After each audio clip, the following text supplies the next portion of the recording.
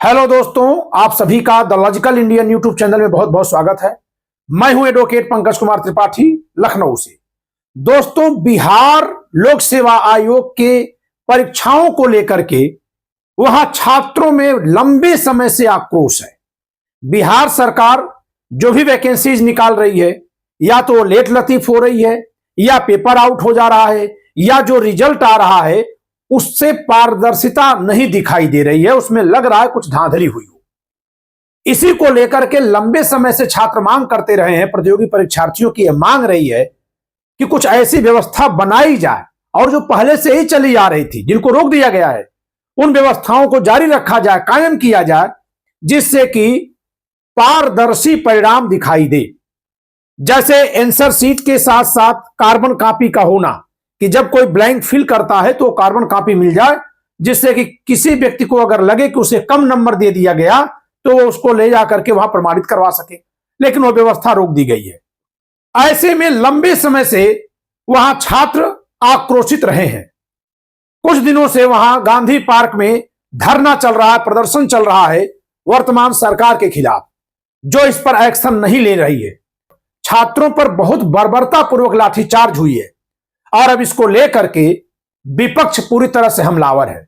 लेकिन छात्रों के इस आक्रोश को सबसे बढ़ चढ़कर अगर किसी का साथ मिल रहा है तो वह है स्वराज पार्टी के संस्थापक प्रशांत किशोर जी।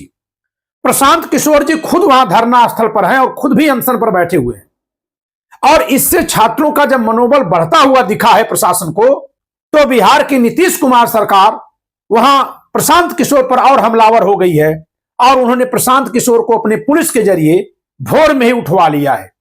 प्रशांत किशोर खुद भी प्रतियोगी छात्रों के साथ आमरण अनशन पर थे। ऐसे में वहां यह आंदोलन और उग्र हो गया है, क्योंकि वहां प्रतियोगी छात्रों का नेतृत्व प्रशांत किशोर कर रहे थे।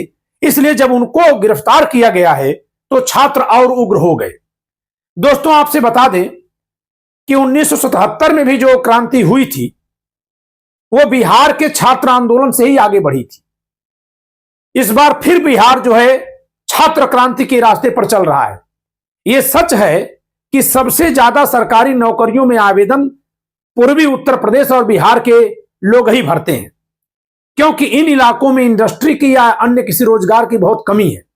इन इलाकों में सरकारी नौकरी को बहुत महत्व दिया जाता है। तो जब सरकारी नौकरी में धांधली होने लगेगी तो परीक्षार्थियों का, छात्रों का मनोबल टूटना, उदास होना और बाद में आक्रोशित और उग्र होना यह स्वाभाविक परिणाम है। इधर कई वर्षों से यह देखा जा रहा है कि यूपी और बिहार दोनों ही जगह पर वैकेंसीज तो आती हैं, लेकिन पेपर लीक हो जाता है। फिर इसके बाद दोबारा परीक्षा होती है, रिजल्ट आता है तो रिजल्ट में धांधली का आरोप लगता है। उत्तर प्रदेश में देख लीजिए, आशीष पटेल जी के खिलाफ यहां भी धरना प्रदर्शन चल रहा है कि उन्होंने जो सीटें भरी हैं वो गलत भरी हैं। तो योगी सरकार के खिलाफ उत्तर प्रदेश लोक सेवा आयोग का विद्यार्थियों ने घेराव किया था बहुत बड़े पैमाने पर। लेकिन चाहे जो भी हो, अपने ही देश के छात्रों पर इतनी बर्बरतापूर्वक लाठी चलाना, और वो भी केवल इसलिए क्योंकि वह पारदर्शी परीक्षा प्रणाली की मांग कर रहे हैं, यह ठीक नहीं है। यह कहीं से भी उचित नहीं है। सरकार में, सत्ता में जो लोग बैठे हैं उन्हें इस पर संवेदनशीलता से ध्यान देना होगा कि आखिर ये गलती हो कहां से रही है। गलती आपकी हो रही है, छात्रों की सुनवाई किसी अन्य स्तर पर हो नहीं रही है।